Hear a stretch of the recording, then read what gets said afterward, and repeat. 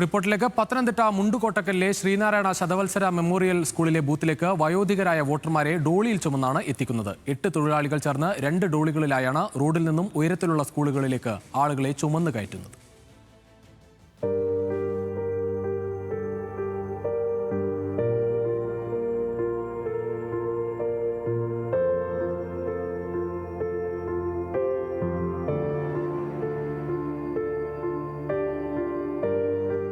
Road നിരപ്പിൽ നിന്നും 57 പടികൾ കയറിയാണ് 247, 248, 249 നമ്പർ ബൂത്തുകൾ പ്രവർത്തിക്കുന്ന ഈ സ്കൂളിലേക്ക് എത്തേണ്ടത്.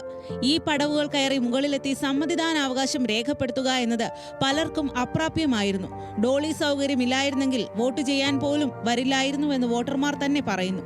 അതുള്ളതുകൊണ്ടായി വരുന്നത് വോട്ട് ചെയ്യാൻ, അല്ലെങ്കിൽ വോട്ട് ചെയ്യത്തില്ല, അല്ലാതെ വീട്ടിരിക്കും, അല്ലാതെ എന്തോ സ്റ്റെപ്പ് കയറാനൊന്നും പറ്റത്തില്ല, ഒക്കത്തില്ല. ഇത് 2 സ്റ്റെപ്പ് കയറാൻ പറ്റത്തില്ല. അല്ലാതെ ഇതൊരു വലിയ സൗകര്യമാണ്. കാരണം അല്ലെങ്കിൽ പ്രായമുള്ളവർക്കൊക്കെ കയറി ഇറങ്ങാൻ ഭയങ്കര ബുദ്ധിമുട്ടാണ്. കാരണം ഈ പടി സ്റ്റെപ്പൊക്കെ ഉള്ളതുകൊണ്ട് പ്രായമുള്ളവർക്ക് പാടാണ്. ഇതുള്ളത് കൊണ്ടാണ് ഞങ്ങളും വന്നത്, അല്ലെങ്കിൽ വരത്തില്ലായിരുന്നു. വയോജനങ്ങളുടെ ബുദ്ധിമുട്ടുകൾ കണക്കിലെടുത്ത് ജനപ്രതിനിധികൾ തന്നെ ഡോളി ആവശ്യമുന്നയിച്ച് ഹൈക്കോടതിയെ സമീപിക്കുകയായിരുന്നു. കഴിഞ്ഞ 3 തെരഞ്ഞെടുപ്പായിട്ട് ഇതുവരെ ഡോളി സംവിധാനം ഏർപ്പെടുത്തിയിട്ടുണ്ട്. അതുകൊണ്ട് ഒരു വോട്ടർക്ക് അവരുടെ അവകാശം നഷ്ടപ്പെടാതിരിക്കാനുള്ള സാഹചര്യം ഉണ്ടാക്കിയിട്ടുണ്ട്. ഹൈക്കോടതിയുടെ നിർദ്ദേശപ്രകാരം ഹൈക്കോടതി ജില്ലാ കളക്ടർക്കാണ് നിർദ്ദേശം നൽകി എല്ലാ തെരഞ്ഞെടുപ്പിലും ഡോളി സംവിധാനം ഒരുക്കുന്നുണ്ട്. പിന്നെ കഴിഞ്ഞ തദ്ദേശ സ്വയംഭരണ തെരഞ്ഞെടുപ്പിൽ അതിലെ കൂടെ റോഡ് കൂടി കോൺക്രീറ്റ് ചെയ്ത് റോഡ് കൂടി ചെയ്തിട്ടുണ്ട്. അതുകൊണ്ട് ആർക്കും ഒരു ബുദ്ധിമുട്ട് വരാത്ത രീതിയിലാണ് ഇവിടുത്തെ സംവിധാനങ്ങൾ ഒരുക്കിയിട്ടുള്ളത്.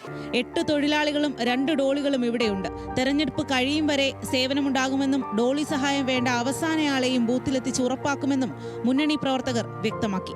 ഇതുപോലെ ഇലക്ഷൻ കമ്മീഷന്റെ ഭാഗമായിട്ട് തഹസിൽദാർ ഓഫീസിൽ നിന്ന് നമ്മളിപ്പം 3ാമത്തെ പ്രാവശ്യമാണ് നമ്മൾ ചെയ്യുന്നത്. അവിടെ നിന്ന് ഇതുപോലെ നമ്മളെ വിളിക്കും. നമ്മൾ 6-8 പേര് വരും, 2 ഡോളി ചുമ്മിയിട്ട് നമ്മൾ പോകും. അങ്ങനെയാണ് എല്ലാ പ്രാവശ്യം ചെയ്തുകൊണ്ടിരിക്കുന്നത്. ഇത് ബാക്കി ഡീറ്റെയിൽസ് എല്ലാം അവിടുത്തെ ഇതിൻ്റെ ഭാഗമായിട്ടുള്ള ആൾക്കാർക്ക് അറിയത്തുള്ളൂ. ന്യൂസ് മലയാളം, പത്തനംതിട്ട.